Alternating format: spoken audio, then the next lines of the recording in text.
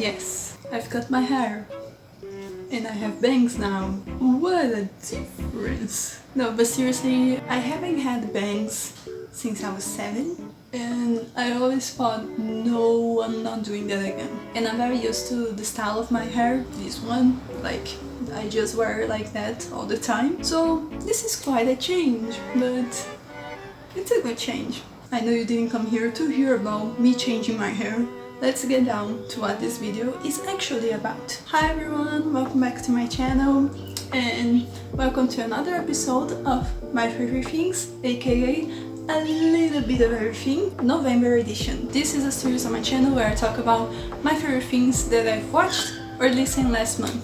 So I talk about movies, TV shows, anime, YouTubers and music. Before we start, I know I didn't do one for September. And October, I would say that the video I did for Halloween is kinda of my favorite things from October.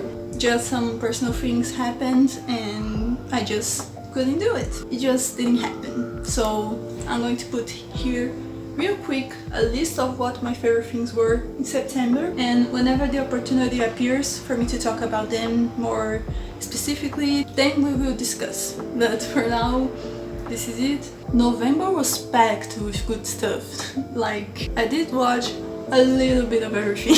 As usual, let's start with movies. I started the month with a weird one. It's from the same director of Amélie, and I watched his first movie that is called Delicatessen.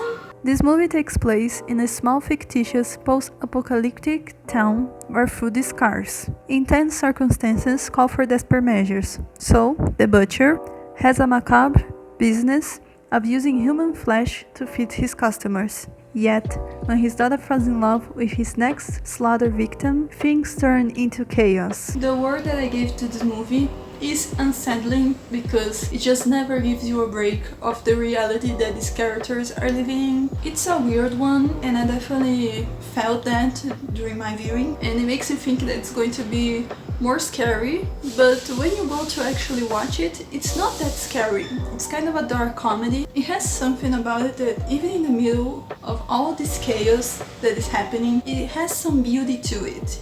You can find beautiful moments in here, beautiful scenes as per se, because the situation is just if you got interested because of the synopsis and it's just one of those movies that you just want to check it out to see what's about really, then just go for it. Another movie that I watched, but in this case I really love it, was Supernova.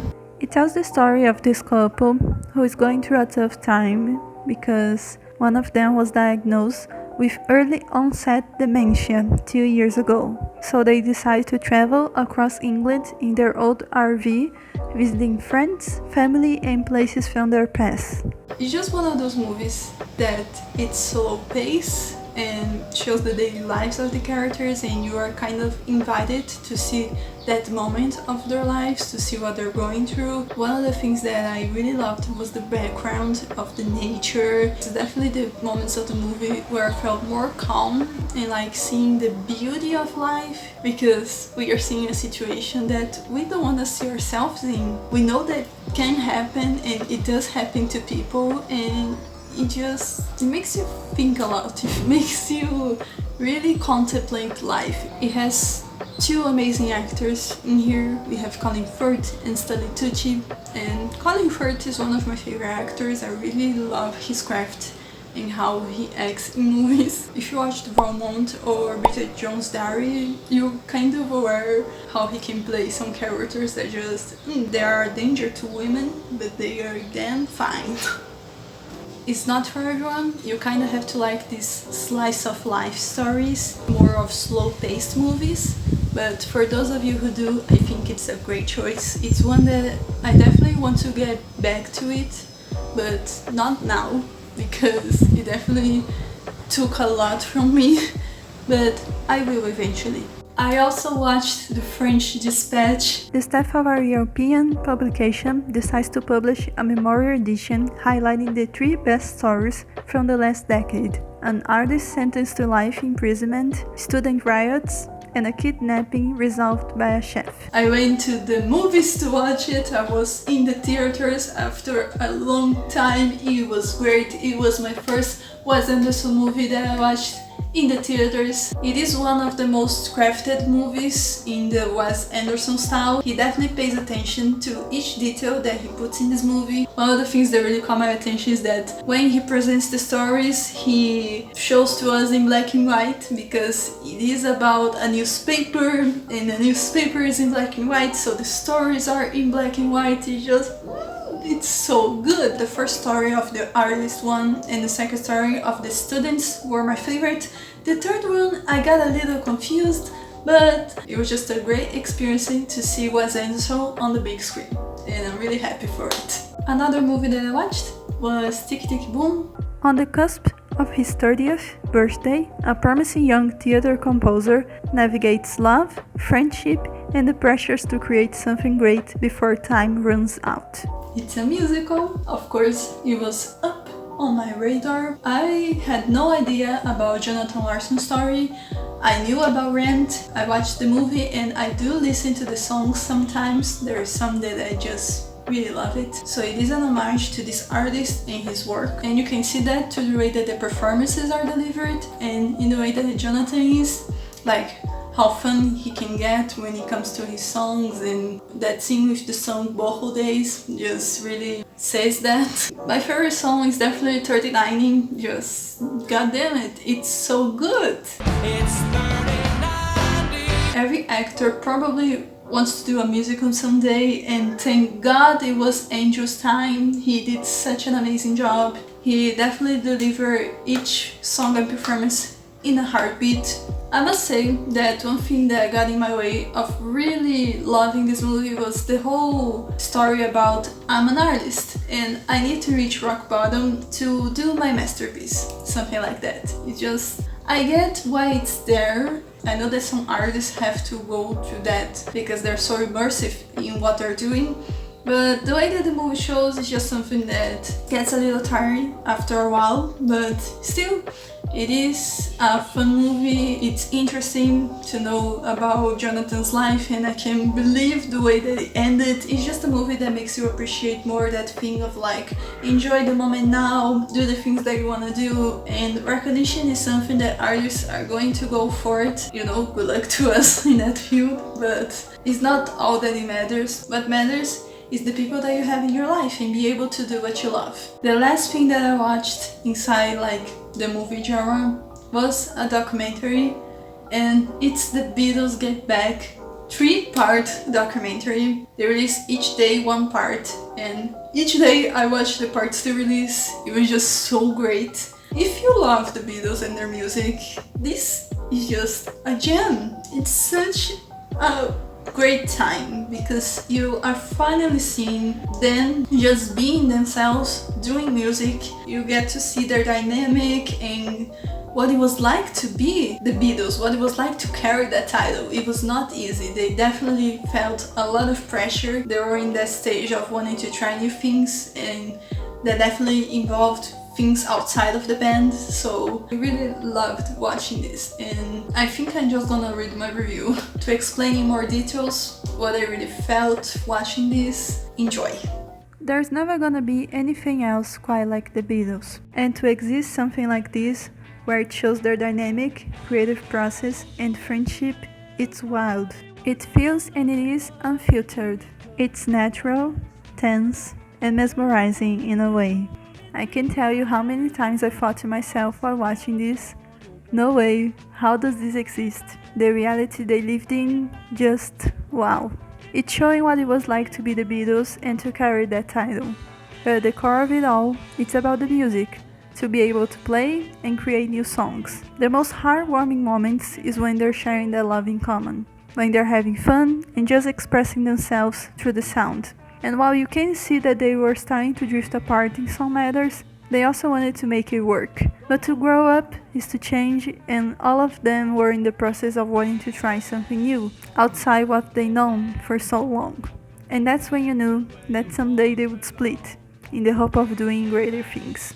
To be invited to feel like you're in the room, witnessing those moments is just an experience that feels special. This is the closest we'll get to comprehend what it was like to be in this band and to be surrounded by these artists. It all comes down to their artistry, bond, and rock and roll. Let's talk about some music.